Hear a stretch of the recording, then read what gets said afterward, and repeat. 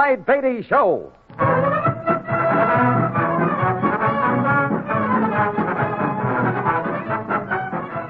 The world's greatest wild animal trainer, Clyde Beatty, with another exciting story from his brilliant career. This master of the big cats captures ferocious jungle beasts and trains them to perform under the big top in the circus, where there are always thrills, action, and danger. Hundreds of dramatic behind-the-scenes adventures are all part of the Clyde Beatty story. Here is the story of Brush with Death.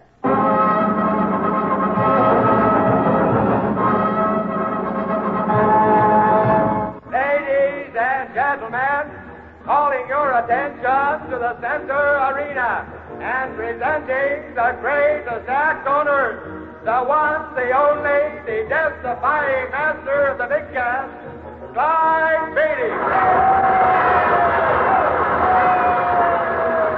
Okay, Hank, turn the cats loose. Right, Mr. Beatty. You better keep an eye on that new lioness, Sheba. Old Nero took a shine to her. The old boy's getting romantic notions, huh? Hey, he been putting the muscle on any of the cats gets near her. You better watch him. That sounds like an item for the gossip columns. Come on, let's get this show started. Hey, you. Nero, come on. Get out of that chute. Caesar, Nero, break it up.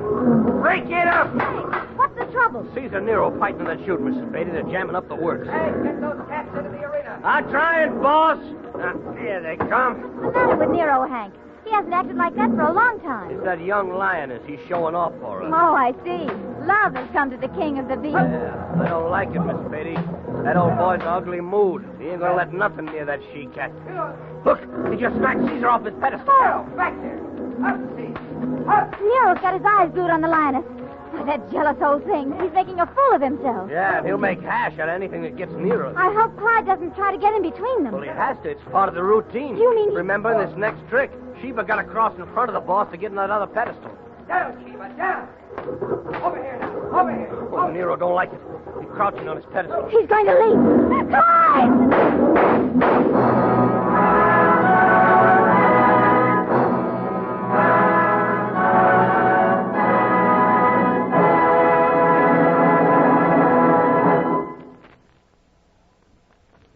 Now, back to Brush with Death.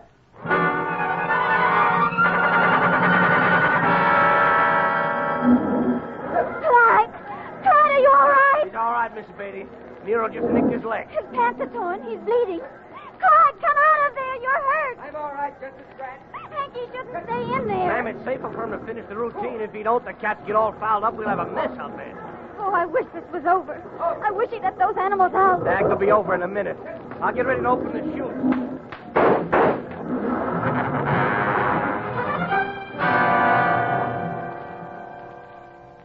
Now, just lie still a minute, Clyde. This may sting a bit. Ooh, hey. What are you trying to do, Doc? That's a deep and nasty scratch, Clyde. I got to be sure it's cleaned out properly. Well, you don't have to use cleaning solvent or whatever that stuff is. Oh, Clyde, how can you keep your sense of humor? My gosh, Harriet, it's just a little nick, but Doc's making a real production out of it. Clyde, behave yourself. That little nick, Mr. Lion Tamer, is going to have about 15 stitches in it before I'm through. Oh, great. This circus is rapidly turning into an old ladies' quilting society. Okay, Sawbones, get on with your hem stitching. Now, a couple of shots of Novocaine. Oh, there. Quit jabbing me with that thing, will you? What color thread you want, Clyde? Red, white, or blue? Mix them up. I'm patriotic. Oh, wait a minute till that stuff takes hold. Bet you'd put on a real show for something serious, like trimming a hangnail. I'll get you sewed up, give you your usual shot of antitetanus, then Harriet can tuck you into bed for a few days, and you'll be as good as new. In bed for a few days? Are you crazy? In a few hours, that leg will be as stiff as a board. Sure, if I stay in bed, it will. You stay in bed. Nonsense. You heard the doctor, Clyde. I will not stay in bed, and also I will not miss this evening's show. Now, this evening, you won't even be able to walk. Would you care to bet? What are you trying to prove, Clyde? Nothing, not a thing. Then stop acting like a child. I won't allow you in that arena for at least 4 days. 4 days? Listen, Aerosmith, do you know how much it costs to run a circus? I'm not a circus physician for nothing.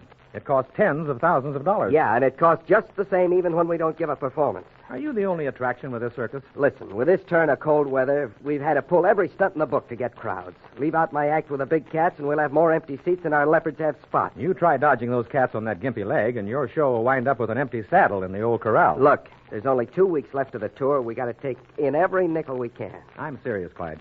You'd be taking a foolish risk to do an act as dangerous as yours. That leg's sure to be stiff and painful. I appreciate your concern, Doc, and you're probably right. But if I can stand up tonight, the show goes on.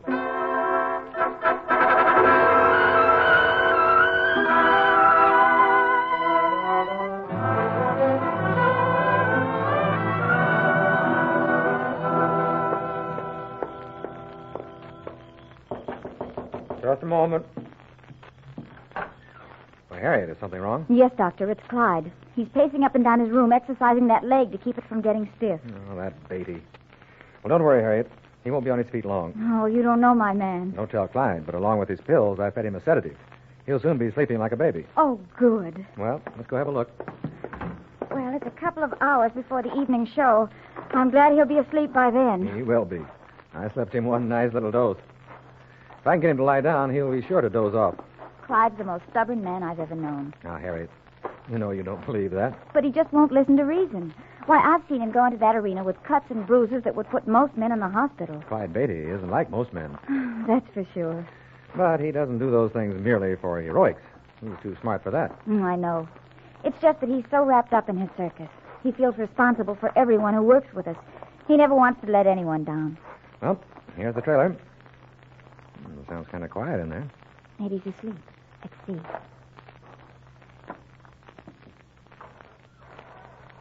Oh.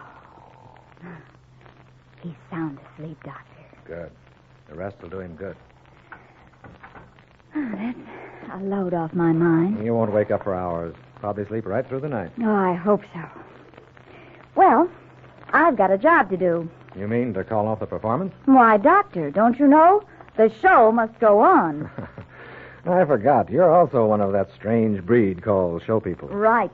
And if there are 5 customers of 5,000, they're going to see the best show I can scrape together.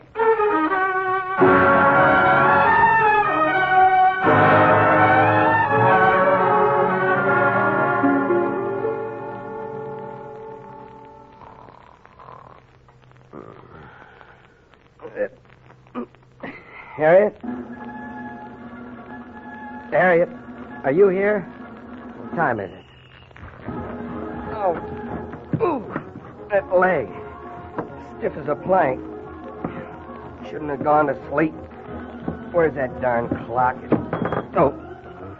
Harriet, where are you? Isn't that the performance music? I'm going to be late for my act. Got to get out there fast.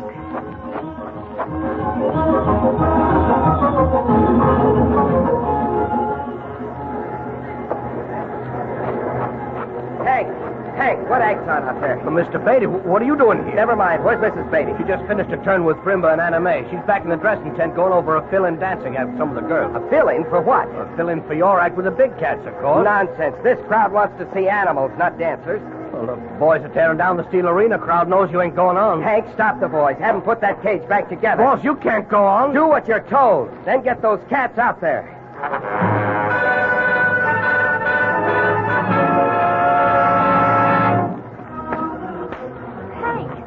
Over here, Miss Beatty. What's Mr. Beatty doing in there? He's in no condition to do his I act. tried to stop him, ma'am. He wouldn't listen. Send someone for the doctor at once. That isn't necessary. I heard them announce Clyde's act. That man's crazy to go in there like this. Oh, doctor, we've got to stop him. It's bad enough with that leg, but with the sedative I gave him, it's sure to slow up his reactions. Oh, the boss is working. He's working in slow motion. Chief Basie's almost tagged him. Hey, can't you get those cats out of the arena? Can't. They won't come out till they finish the routine or the boss chews them out. Look at Nero. He's acting up again. He's watching Sheba. Mr. Beatty's between them. Clyde, look out! Clyde's flying and it's time for the leg. Nero's got Clyde to the leg. Open the ammonia heater at that cat. Come on, that fire hose. Miss Beatty, don't go in there. He'll be killed! He'll be killed! Nero's dropped his hold. Trotting over to Sheba. Now's our chance. Open the chute, turn on the water. Drive him out! Drive him out!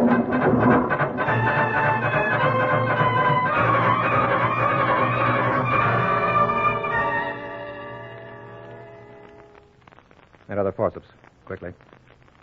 Now, sponge. Another. Another. Yes, doctor. Can't stop the blood. Arteries severed. Gotta find the ends. Feels obscured. More pressure on the tourniquet. Enough? There. Now, clamp. Good. Guess that's all I can do for the moment. Doctor, Don't come in, Harriet. I've got the report on the blood donors. Afraid this isn't very pretty. How is he? Clyde's lost a lot of blood. Too much blood. Will he be all right? Suffering from shock. A transfusion of whole blood will help. I haven't been able to find a blood donor. What? You didn't check my list? There were 3 or 4 at least that have Clyde's rare blood type. There were 3 on the list. Well, surely one of them's available. But Harriet, we've no time to lose. 2 of the 3 quit the circus last week. The 3rd is Sandy Moss. Sandy Mosk. But he's in sick bay. He can't give a transfusion. I know. Oh, what can we do? Not a prayer that we'd locate someone with that proper type in this town. They haven't even got a hospital. I checked with the village doctor. He's got plasma, but that's all. I've got plasma, but it won't do.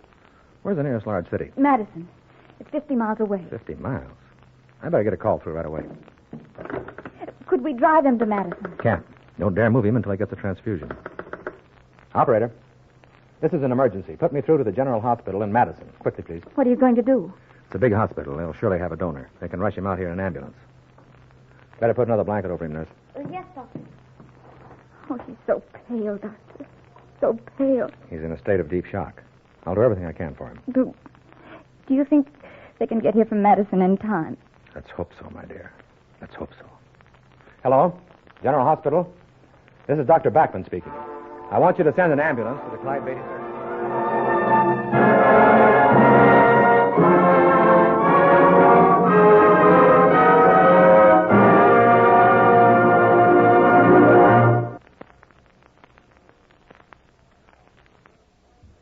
And now, back to Clyde Beatty's adventure, Brush with Death. An ambulance was racing through the night, bringing a blood donor to our circus grounds. Clyde lay pale and unconscious. Only the doctor's stethoscope could detect his weak pulse. Hushed, helpless, I watched. Outside our trailer, the entire circus family huddled together in silent groups. Their prayers mingled with mine as the long minutes ticked by. His pulse is weak, Harriet. Very weak. If only the ambulance would come. It's on the way, my dear. But it's been almost 2 hours. Isn't there something we can do, Doctor? We've done everything possible. Why do things like this always have to happen when there aren't facilities? If we'd been playing one of the larger cities... If Clyde had stayed asleep until after the performance, if I could have stopped him before he went in that arena, if the only possible blood donor hadn't been Easy, sick... Harriet, easy. That won't help Clyde. I'm sorry. It's just the ambulance. Oh, it is. It is. Oh, Doctor, it's the ambulance.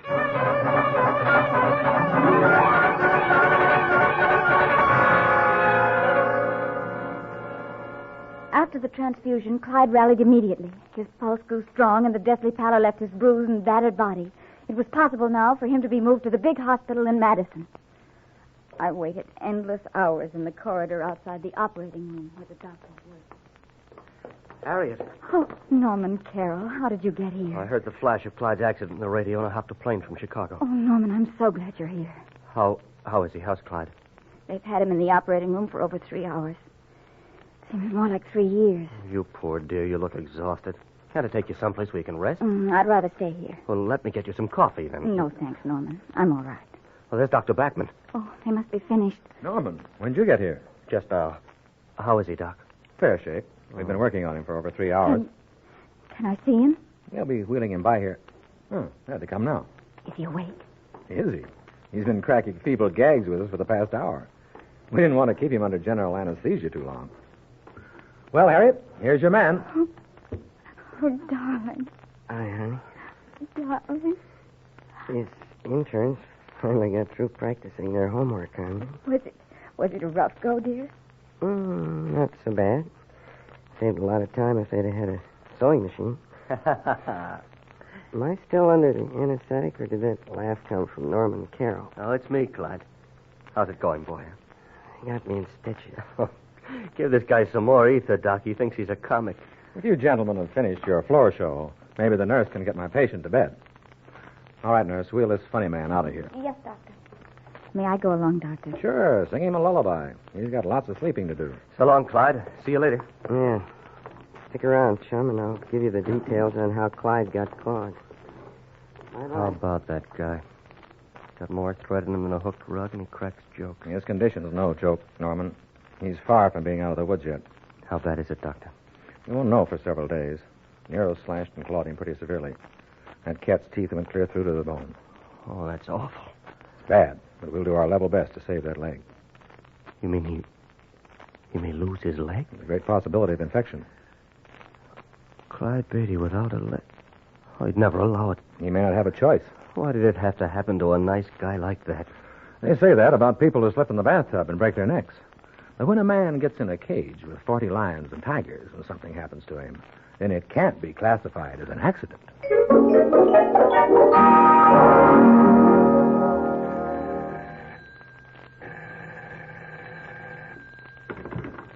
Yeah. Doctor, this is Nurse Brent. Sorry to disturb you, but Mr. Beatty's temperature has hit the roof. It's 107. What? Oh, I was afraid that might happen. Is it? Yes, infection. Lion's bite can be as deadly as a cobra's. I'll be right up, nurse.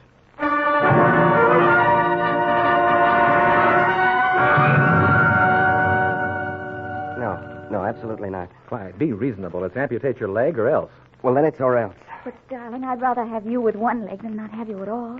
I'd rather be dead. If that infection spreads, you will be dead. I don't care. I won't let you operate.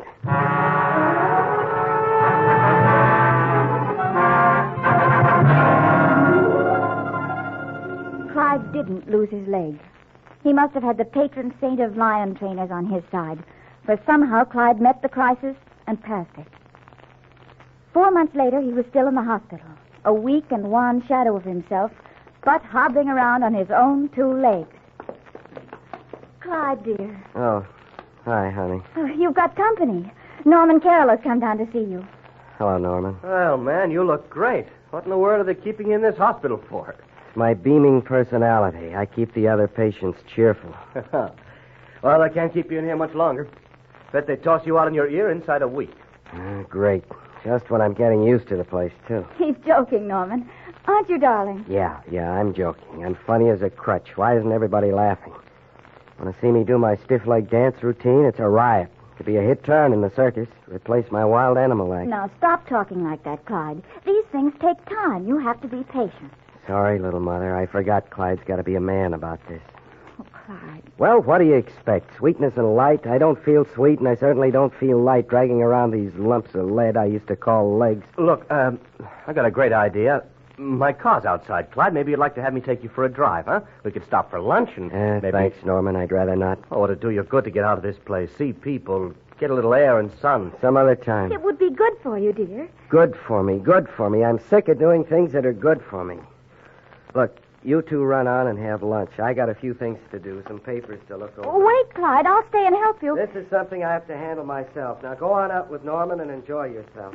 All right, honey. I'll be back soon. He must be getting better. I mean, being cranky like that's a good sign. Be back with the circus in no time. No time at all. I hope so. That's what bothers him. He's worried about the circus. Come on, Harry, let's get that lunch, huh? All right. Norman, do you really think Clyde will be able to work soon again? Why, of course. There's nothing in the world could get Clyde Beatty down and keep him down. That's what I keep telling myself. You wait and see. Comes time for us to go on the tour, he'll be there. Oh, Norman. What are we doing? Huh? We're kidding ourselves. As Clyde's manager, be honest with me.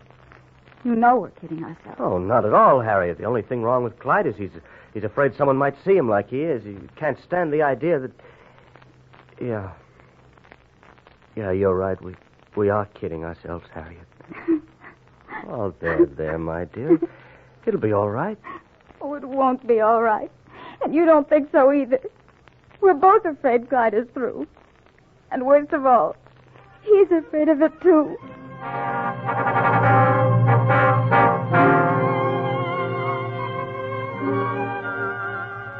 During the following weeks, Clyde fought with all his brave heart to combat the fearful psychological reactions that naturally followed the ordeal he had gone through. Courageously, he battled against the depression that overwhelmed him. He won through, and in the late spring, he was able to join us at our Florida winter quarters. Most of the circus folks had arrived for final rehearsals in preparation for the summer tour. They greeted Clyde like a returning monarch. Good to see you, Sandy. Well, darling, how does it feel to be back with your friend? Wonderful, just wonderful. This is quite a greeting. Hey, Mr. Beatty, we're sure glad to have you back. Hey, you look fit as a fiddle. Well, thanks, Hank. I'm feeling fine. We was afraid you wouldn't make it in time for the tour. Why, Hank, you know it'd take more than a few cat scratches to keep me away from the season's opening. I know, yeah. I backed it up with hard cash. I give 5-1 odds. Ah, so that's why you're glad to see me. You won yourself some dough, huh? Oh, no. No, boss, I'd have give up a season's salary just to see you back working your cats. The cats, huh? Well, how are they? Oh, fat and sassy and spoiling for a fight. Good. I'm anxious to start getting the act in shape. I've been looking forward to getting back in the big cage.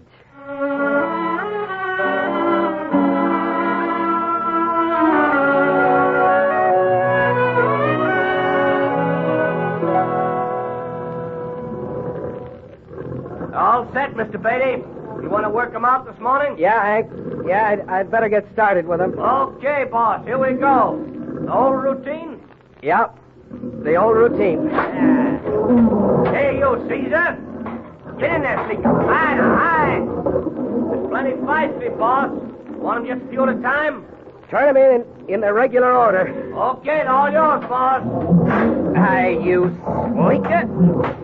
Back, Caesar. Back. Boy, just like old times. Yeah.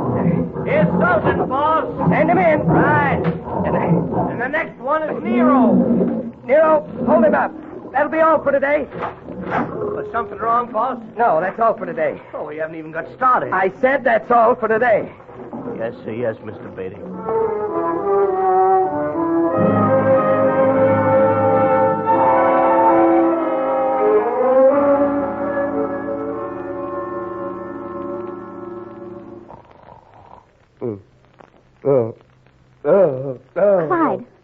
Clyde, wake up.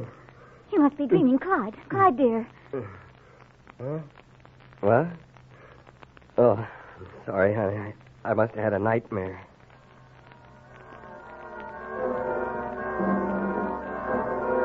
Presenting the greatest act on earth, Nero, the King of Beasts. Nero, Nero, Nero, Nero. Hank, why are they laughing? Why are they laughing? Beatty's through. Beatty's through. He let us down. He let us down. He let us down. No. The King is dead, for Mr. King, Nero, King of Beasts.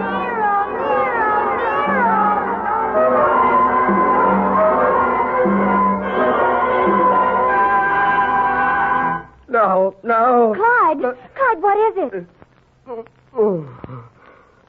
I had a nightmare, honey. Just another nightmare.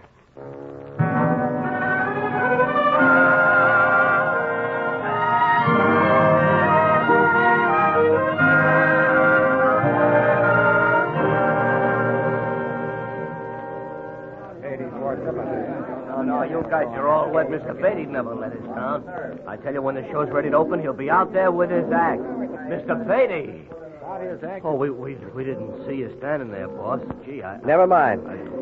Well, it seems you men think this circus will fold, huh? Oh, no, we didn't mean that. Hank, we got work to do. Yeah? Get those cats ready to perform. Yes, sir, boss. And Hank. Yeah, boss? The first cat I want in that arena is Nero.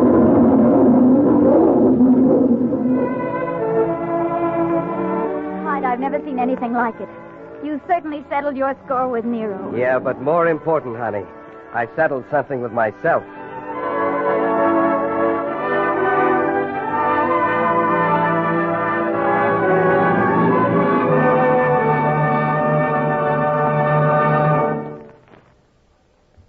Once again, here is Clyde Beatty with a word about our next show.